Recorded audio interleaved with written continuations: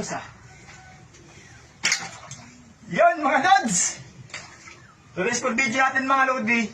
Andito po tayo ngayon. Nagpapasayag.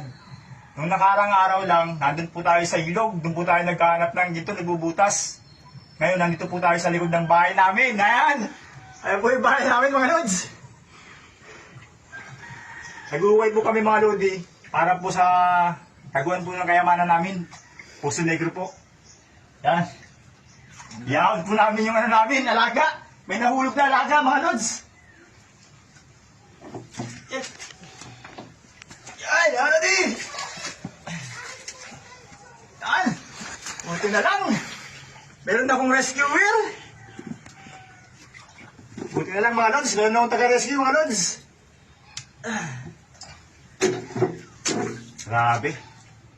Konting taste na lang mga lodi. Nakita mo na tayo ba? Paano ba mga dito?